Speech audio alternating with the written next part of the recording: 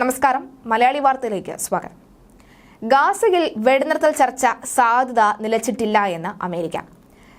സമവായ നീക്കം തുടരുന്നതായി തന്നെ CIA മേധാവി വില്യം ബേൺസ് അറിയിച്ചിരിക്കുകയാണ്.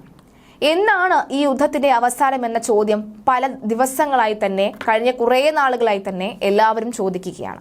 എന്നാൽ അതിനുള്ള ഉത്തരമാണ് ഇപ്പോൾ ലഭിക്കുന്നത്.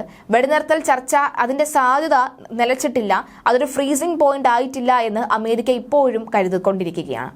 സമവായ നീക്കം തുടർന്നുകൊണ്ടേയിരിക്കുമെന്നും CIA മേധാവി വില്യം ബേൺസ് അറിയിച്ചിരിക്കുകയാണ്.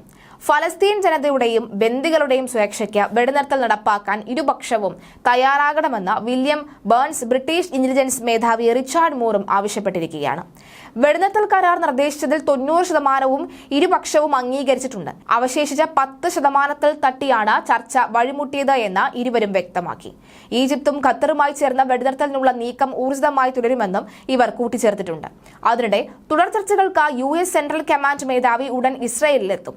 ഫിലാഡൽഫി നെൽസറി ഇടനാഴികളിൽ നിന്ന് സൈന്യത്തെ പൂർണ്ണമായും പിൻവലിക്കാനാവില്ല എന്ന ഇസ്രായേൽ പ്രധാനമന്ത്രി നെതന്യാഹുവിന്റെ നിലപാടിനെതിരെ ഇസ്രായേലിൽ പ്രതിഷേധം ശക്തമാണ്.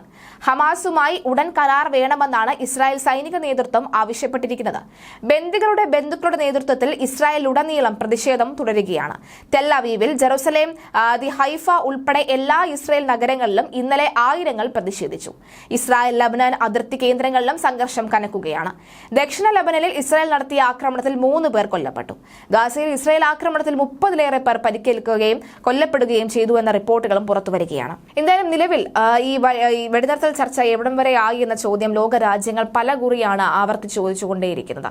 ഈ ഘട്ടത്തിലാണ് വെടിനിർത്തൽ കരാറിൽ അങ്ങനെ വഴിമുട്ടി നിൽക്കുന്നില്ല, ഇനി വെറും 10% ഉള്ള ചർച്ചകൾ, അതിൽ ആ ഒരു സമ്മതം മാത്രം ലഭിച്ചാൽ മതി, ആ ഒരു 10% ഇപ്പോൾ വഴിമുട്ടി നിൽക്കുന്നത് നടക്കമുള്ള കാര്യങ്ങൾ പറയുകയുണ്ടായിരുന്നു. കഴിഞ്ഞ ദിവസങ്ങളിലൊക്കെ തന്നെ തുർക്കിയും അതുപോലെ തന്നെ ലബനനിലുമൊക്കെ അവിടെ നിന്ന് ഇസ്രായേലിനെ വെറുതെ അനാവശ്യമായുള്ള പ്രകോപനം ഉണ്ടാവുകയാണ്. അതിനെതിരെയാണ് ഇസ്രായേൽ തിരിച്ചടിക്കുന്നത്.